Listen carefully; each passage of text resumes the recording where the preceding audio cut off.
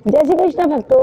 बिहारी जी के चमत्कार की कड़ी में वृंदावन न जाना शीर्षक नामक कथा में आप सबने यहाँ तक की कथा सुनी थी कि लखनदास अपने गुरु से आज्ञा लेकर भक्त मंडलियों के साथ तीर्थ यात्रा करने को जाता है, किंतु उसके गुरु उसे यह वचन ले लेते हैं, तुम सब जगह जाना परंतु वृंदावन मत जाना।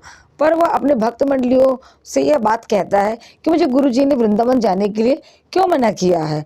तब सभी लोग कहते हैं वो ऐसे ही बोले होंगे या तुमने सही बात नहीं समझ पाई होगी, कुछ नहीं होता, तुम भी हमारे साथ वृंदावन चलो। और ऐसे सब भक्त मंडलियों के साथ लखनदास वृंदावन पहुंच जाता है।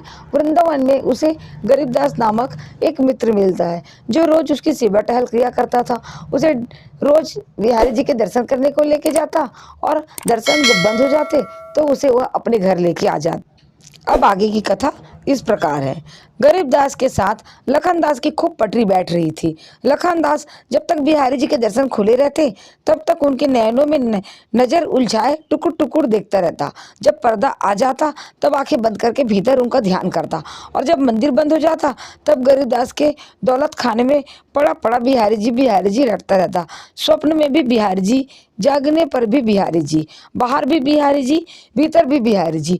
पागलों की सी उसकी इस दिनचर्या को देखकर साधारण लोग उसे पागल ही समझने लगे थे। बच्चे उसके पीछे पागल पागल कहकर शोर मचाते, उसके प्रति अशिष्टता का व्यवहार करते थे, किंतु जब लखनदास कुछ नहीं कहता तो वह शांत हो जाते। बहुत से धनी मानी व्यक्ति उसे फल मिठाई या और कोई वस्तु देकर उसके प्रति करुणा प्रदर्शित करते तो वह बिहारी जी की रटन लगाकर भाग जाता। कोई कोई उसको पैरों की धूल लेना चाहता तो उल्टा उसके पैरों में लिपटकर बिहारी जी की गीत गाने लगता। कोई उससे पूछता तो उसका एक ही उत्तर था, बिहारी जी, हाँ मैं भी बिहारी जी, ना मैं भी बिहारी जी, बस बिहारी जी ही बिहारी जी के अलावा और कुछ नहीं। और जैसा वह पागल था वैसा ही पागल उसके लिए गरीबदास हो गया था। संसार में कोई धन के लिए पागल होता है, कोई ज्ञान के लिए पागल होता, तो कोई भोग विलास और सैर सपाटे के लिए पागल होता, किंतु एक पागल के लिए पागल होने वाला वह गरीबदास ही था। गरीबदास लखनदास को नहलाता, उसके कपड़े धोता, उसके बिस्तर लगाता, उसके लिए रोटियां बनाता।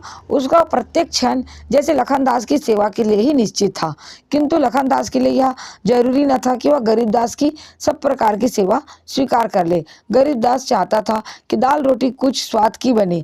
वह कभी कभार दाल में घी का छौंक लगा दिया करता था, कभी रोटियों में घी चुपड़ दिया करता था, कभी कुछ पकवान बना लिया करता था, किंतु ये सब बातें लखनदास को अच्छी नहीं लगती थी। गरीबदास फिर खुशामद करते करते थक जाते थे, किंतु वह एक टुकड़ा भी मुंह में नहीं रखता था। और इधर गरीबदास लगभग प्रतिदिन ही भंडारे में जाता था।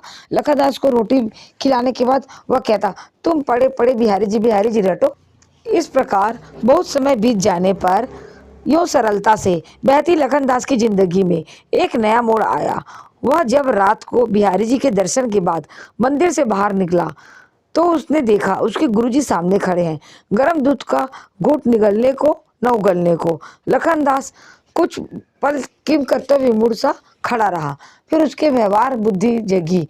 वह गुरुजी के चरणों में लिपटकर रोने लगा।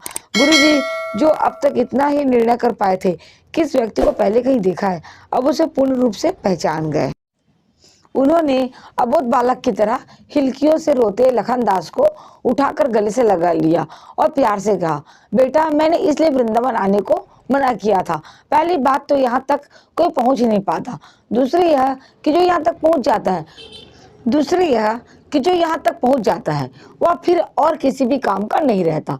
जो होना था सो हो गया, पर यह बताओ कि रह कहाँ रहे हो। गुरुजी की इस उदारता से लखनदास का हृदय गदगद हो गया।